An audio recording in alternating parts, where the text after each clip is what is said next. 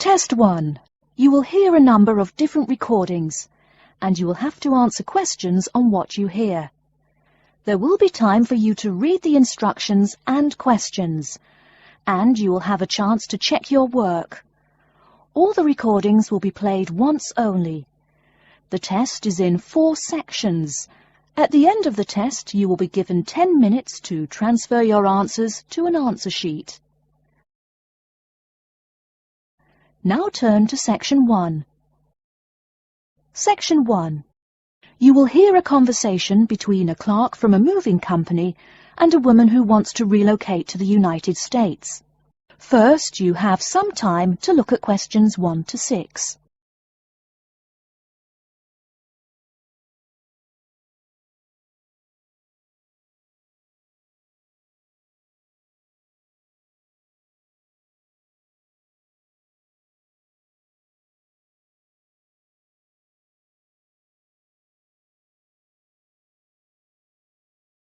You will see that there is an example which has been done for you. On this occasion only, the conversation relating to this will be played first. Good morning, ma'am, and welcome to Australia's Moving Experience. How can I help you? Well, I hope you can help me. I'm so up in the air right now. Just calm down now. Let me guess. You're moving and it has you a little confused. That's it exactly. You see, I'm relocating to the United States next month, and I'm having a hard time getting organised. Here, fill out your name and address and let me ask you a few questions. Oh, what should I call you? My name is Jane Bond. The woman says that her full name is Jane Bond, so Jane Bond has been written in the space. Now we shall begin. You should answer the questions as you listen, because you will not hear the recording a second time. Listen carefully and answer questions 1 to 6. Good morning, ma'am, and welcome to Australia's Moving Experience. How can I help you? Well, I hope you can help me. I'm so up in the air right now. Just calm down now. Let me guess. You're moving and it has you a little confused. That's it exactly. You see, I'm relocating to the United States next month, and I'm having a hard time getting organised. Here, fill out your name and address and let me ask you a few questions. Oh, what should I call you? My name is Jane Bond. OK, Jane, first of all, what's your work phone number? In case I have any questions about things. My work phone is 9463 550. But please try not to call me too often there. My boss hates personal calls. So does mine, ma'am. So does mine. And what address should we ship your things to? My new company is letting me stay temporarily at 509 Clark House. That's Clark. 1137 University Drive in Seattle. Seattle? Beautiful city, I hear. Mountains right beside the ocean almost. Cooler than Australia, too. OK, and when should we come pack your things? I guess that would be on Monday, March 11th. Do you want any help with an after-packing clean-up? We do that for a small additional charge. Yes, that would be helpful. I promised the landlord I'd give her the keys back by 5 p.m. on Thursday the 14th. Great. We'll just schedule the clean-up for that day. That way, the place will smell clean and there'll be no dust. Well, you do think of everything. Oh, how much is this going to cost? Here is a list of our basic prices. Oh dear, this seems rather expensive. Yes, ma'am, but you're paying for the best. We're careful and we're fast. Like we say, the only thing we break are speed records getting you moved. Well, maybe that's so. Oh, I nearly forgot to tell you. I don't want my furniture shipped with me. I won't be looking for an apartment till after I arrive in America. Would it be possible to put my furniture in storage here for a month, then have it sent along later? Of course, we do that all the time. A couple of other things.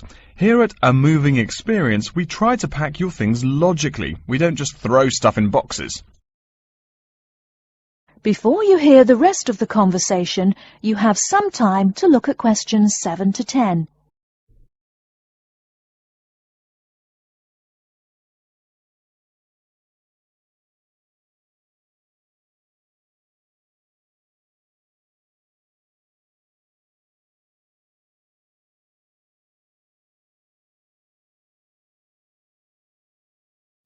Now listen and answer questions 7 to 10.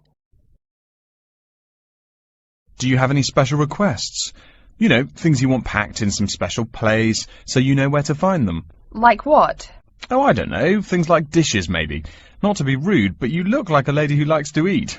Ah, yes, I need my dishes and things where I can find them quickly. Great. We'll put those dishes and cutlery in what we call the emergency pack. Can you think of anything else? I do have an antique tea kettle my great-grandmother gave my mother. I wouldn't want to lose that. So I guess you'd better put that in storage with the furniture. Grandma's tea kettle with the furniture. Got it. Say, how about things like your alarm clock? You don't want to miss your plane on the big day, right? Well, you certainly think of everything. Yes, that's right. I'll also need my alarm clock where I can find it. Fine, we'll put that in your personal package. And of course, we'll give you a list of where we pack everything. So all you'll have to do on Thursday the 14th is grab your luggage on your way out the door. I couldn't help noticing the new CD player you're carrying. Is that a Samsung? Why, yes it is. One of their best. Cost me nearly $100, it did. Do you want to take special care of it? I mean, it's brand new. Take care of it, but nothing special. You can just put it in storage with the furniture. That looks like everything we need here. I guess you're all set.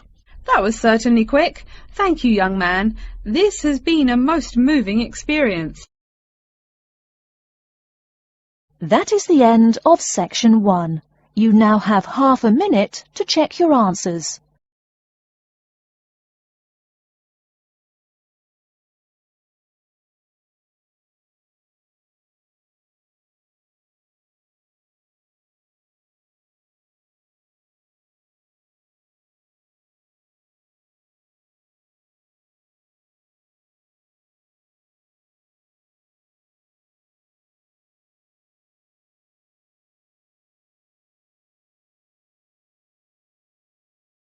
Now turn to Section 2.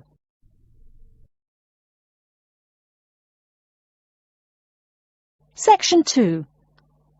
You'll hear an introduction to a conference on computer system language learning. First, you have some time to look at questions 11 to 16.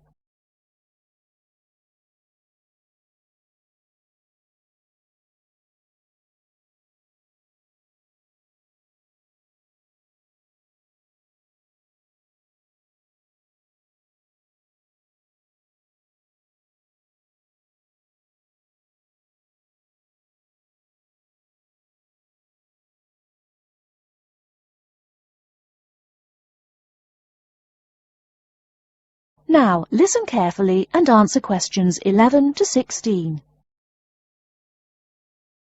Good morning, everyone, and welcome to the second annual Wallabaloo Conference on Mastering Computer Languages. I hope you all had a good trip. Before we get underway with today's program, let me fill you in as to what's on tap for tomorrow, Sunday, February 19th. At 9 a.m., right here in the main hall, we'll be hearing a lecture from Dr. John Smith about computer as teacher. Professor Smith from the University of Melbourne is a world-class expert in the field of computer-assisted education, and his talk promises to be both stimulating and informative. Immediately afterwards, at 10:30, there will be a presentation of papers by various delegates. That, however, will take place in the garden room on the ground floor. If you don't yet know, the garden room is also called the ballroom, and will be gathering at the west end, the slightly raised area called Level 2. Just look for the crowd. If you get lost, there are signs in the foyer. After all that thinking, talking and listening, I expect everyone will be a bit weary. So at 11:15, there will be a break for coffee, cookies and other light refreshments. These will be available at the aptly named refreshment stand, placed by the door back here in the main hall. Also, if you choose to skip the formal lunch, you can buy a packed lunch at the stand for a reasonable price. I strongly urge you, however, to join us at the formal lunch. That won't be till 1 o'clock sharp, so you have time to stroll about town a bit. We'll be eating at the Seaview restaurant. The restaurant is located right here in the hotel on the top floor. It's a good dozen flights of stairs, so I suggest you take the lift on the ground floor, eh? If you're not fond of fish, there's an all-you-can-eat barbecue available as well. They even offer wallaby meat. After lunch, we'll troop back downstairs to level 2 in the ballroom for the presentation of further papers, which will begin at 2 p.m. Please try to be on time. I know you'll be a bit tired after lunch, but the ballroom echoes so with people coming in late.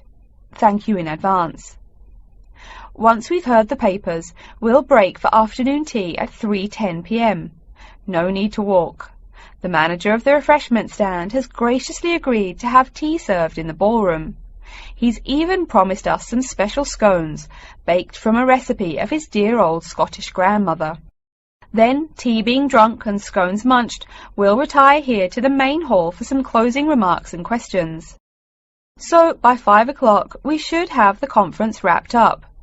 But the fun isn't over. This is Australia, mates. We'll be flocking to the hotel's own Palm Lounge on the east side of the foyer for an informal reception. You can relax, mingle with the other delegates, and let your hair down a bit. This will run from 5:10 to 6:10, though you're free to stay as long as you like.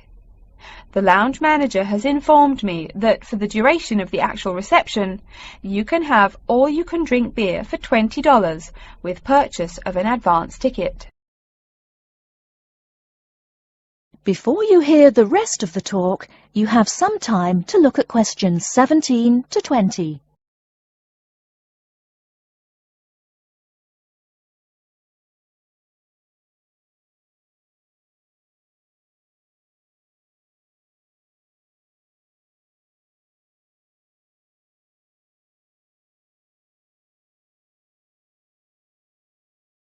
Now listen and answer questions 17 to 20.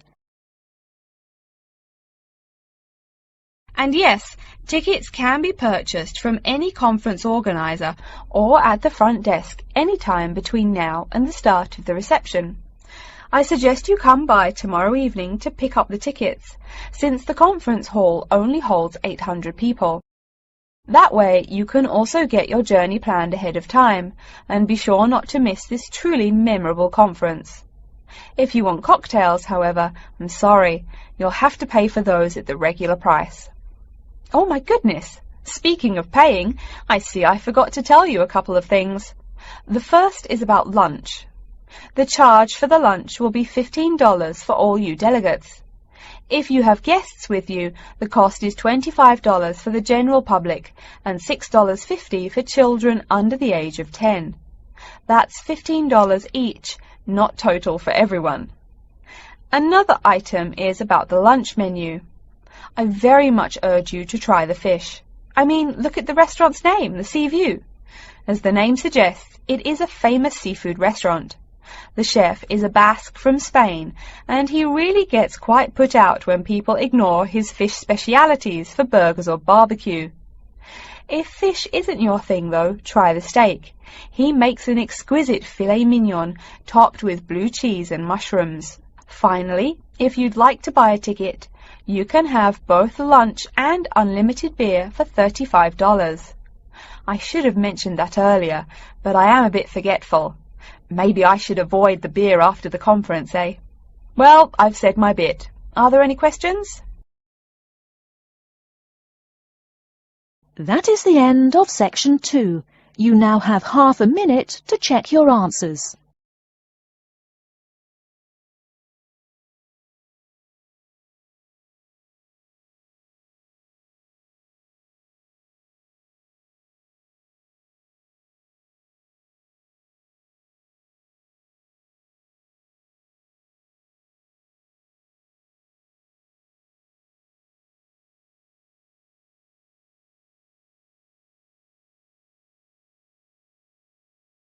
Now turn to section 3.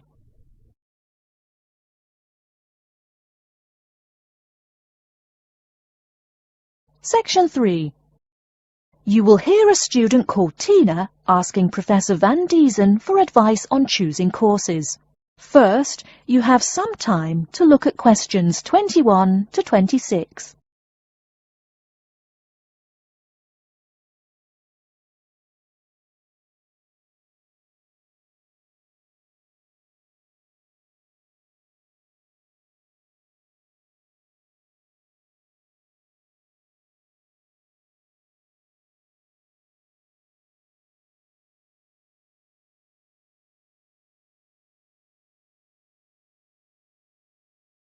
Now listen carefully and answer questions 21 to 26.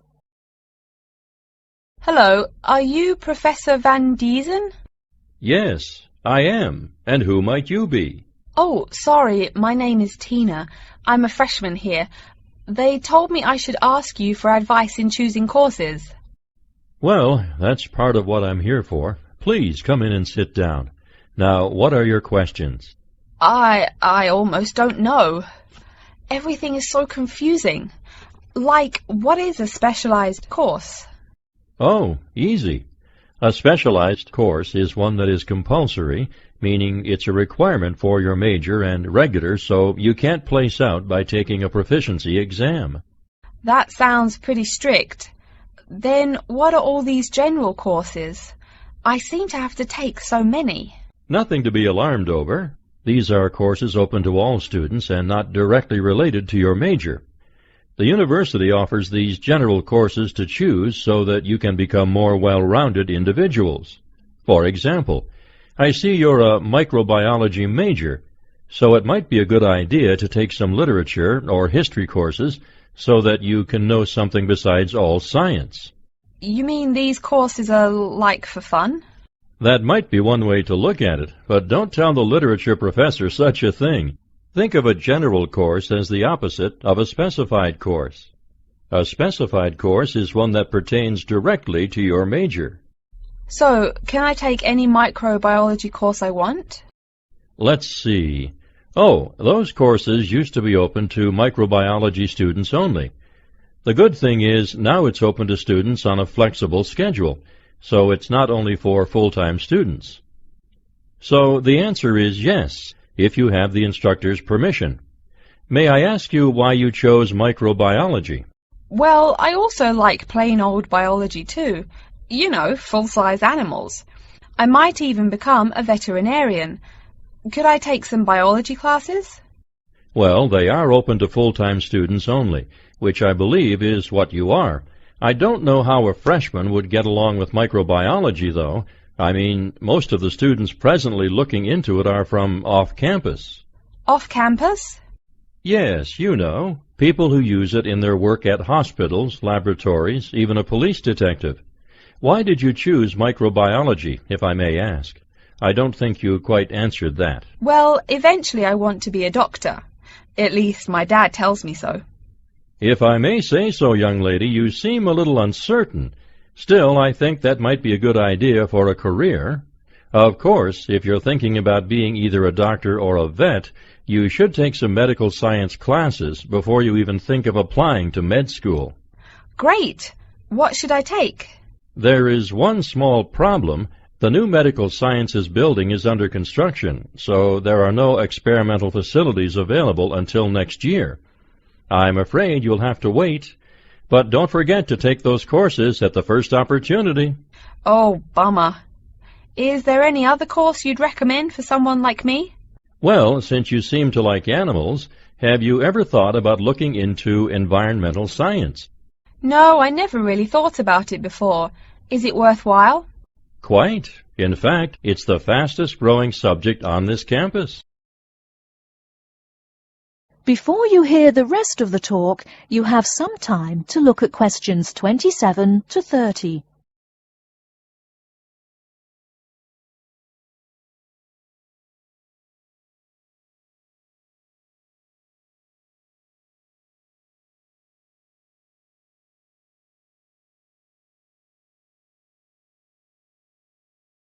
Now listen and answer questions 27 to 30. I'm sorry, I couldn't help noticing the long list of classes you've written out there. May I have a look? Oh, sure. Medical science, statistics, laboratory techniques, medicine, mathematics, computing. My, a bit of everything here. Is it too much? For your first semester, yes. What I suggest is starting out by taking the compulsory courses. Like we said before, the medical science can wait. Consider taking that in your sophomore year. I think I'd put off computing, too. I recommend to all freshmen that I talk to get the compulsory mathematics out of the way as early as possible, so take that one. It'll be one less difficult course you have to focus on when the science lab opens next year, and you have to catch up on classes like laboratory techniques. Your major also requires statistics, so you have to balance 2 math classes, and no doubt you should take that. Otherwise, get your required medicine course out of the way by taking something theory-based. Oh, of course, and your environmental science class, if you're interested. The others can wait, though I think computing is definitely a good idea, even though it's not required. I see, too, on your paper there you seem to have had high marks on the entrance exam. Yeah, I guess so. Don't be shy. Have you thought about applying for a scholarship? Do they have any? I mean, my dad is always complaining about how much money it costs him. In your department there are actually 3 full scholarships available. They cover tuition and provide $1,500 cash. $1,500 cash? Party! Please, miss, the money is intended more as a textbook allowance, not party money. If you promise to behave, I'll show you how to apply. Great, and thanks. That is the end of Section 3. You now have half a minute to check your answers.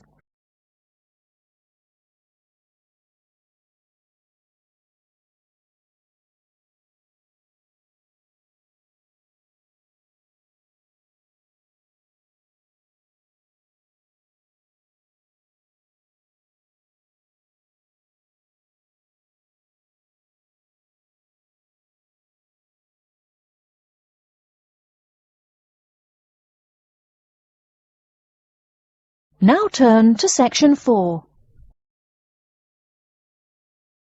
Section 4. You will hear a lecture about how to choose flooring materials. First, you have some time to look at questions 31 to 40.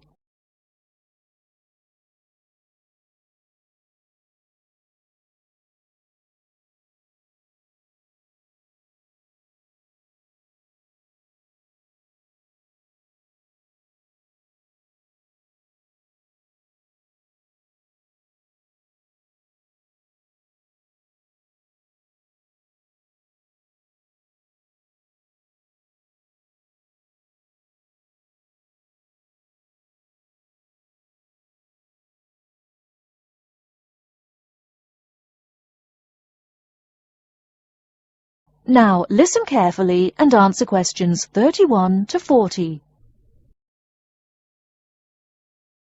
We've been talking about choosing building materials in the last week. Now, a great many factors influence the choice of building materials. You can't make a house of cards, right? And people who live in glass houses and all that. Anyhow, today I'd like to say a few words about flooring. Some artificial materials can be used, like plastic for instance, which offer mixed blessings when used as a flooring surface. On the one hand, plastic is cheaper than nearly any other alternative, short of bare ground. Plastic also does not warp like wood. On the other hand, the best that can be said about plastic is that it looks like wood or stone. However, it cannot replace the real materials. As I have mentioned, I'm fixing up a new house. The decorator my wife hired told me plastic does a great job of looking exactly like plastic. Besides, it scratches easily, fades or discolours, and starts cracking within a year or two. So, if you're fitting out a sleazy hotel or plan to live in a trailer park, go with the plastic. Really though, for all intents and purposes, this leaves us with wood or stone as choices for flooring. Stone and wood are alike in at least one respect. Both go through processing before they can be put to use. Since few of us cut our own lumber or quarry our own stone, this is not perhaps a pressing concern. Still, do-it-yourselfers would do well to remember to buy only properly seasoned wood. Unseasoned wood warps, and a warped floor quickly becomes firewood, and its owner quickly becomes poorer. Likewise, except for dull-hued materials like slate or sandstone, most stone floors are polished before installation. The choice goes well beyond just wood or stone. Each type requires many further considerations. A few special remarks are called for when considering wood. For example, as always, aesthetics, personal taste and layout all play roles, as well as the type of house or room. Oh, and certainly don't forget the cost. When it comes to cost, a rule of thumb is that the softer and less exotic the wood, the lower the cost. In the US, for instance, pine is both ubiquitous and cheap. Mahogany is imported and exorbitantly expensive. If you're on any kind of budget when remodeling, it's really helpful to remember to go for the softer woods. Aside from cost, there are still lots of different factors that are important in choosing the best flooring for the job.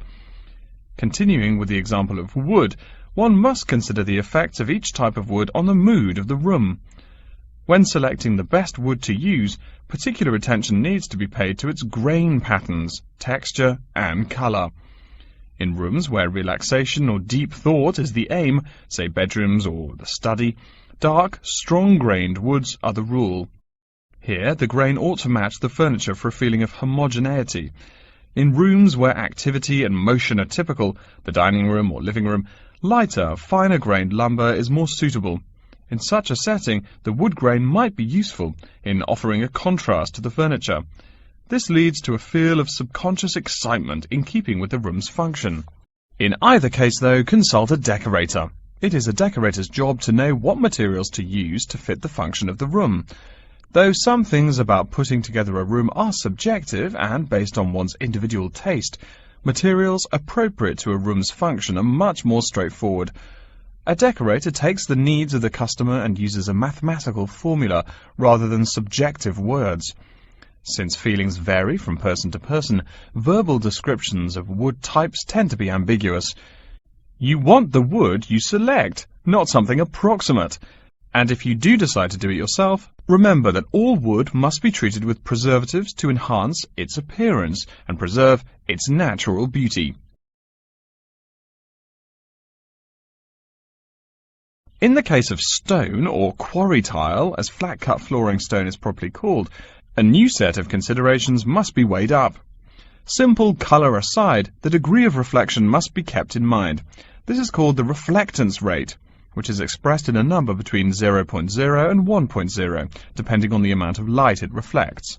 At one end of the scale is polished silver. At a rating of 1.0, this shiny surface reflects nearly all of the light directed at it.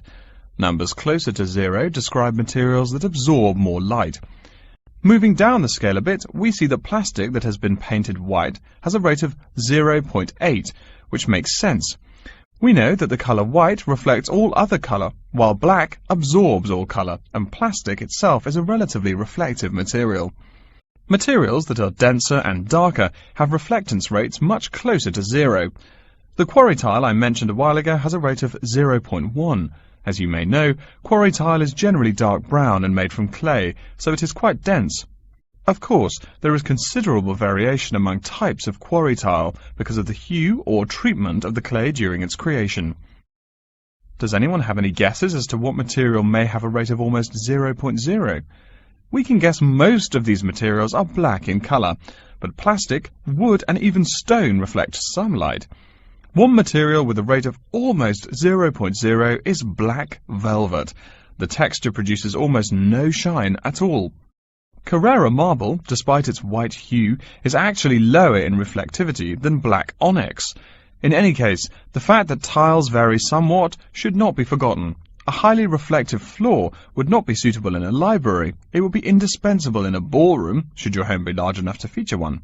Again, a rule of thumb is that light means lively.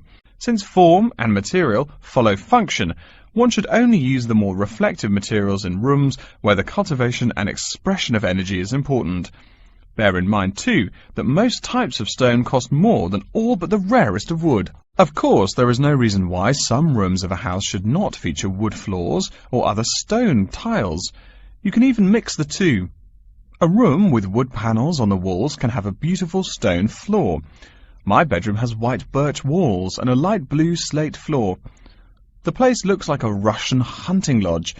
Remember, though, go with what feels right for you. Good taste and the laws of interior design are the homeowner's servants, not his master. It's only beautiful when you decide it is.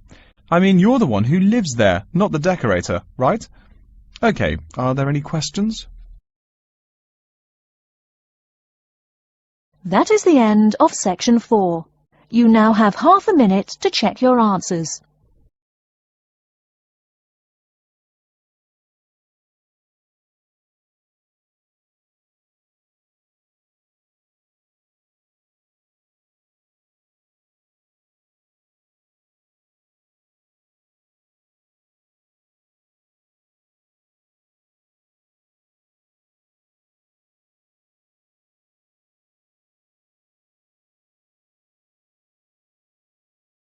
That is the end of the listening test. In the IELTS test, you will now have 10 minutes to transfer your answers to an answer sheet.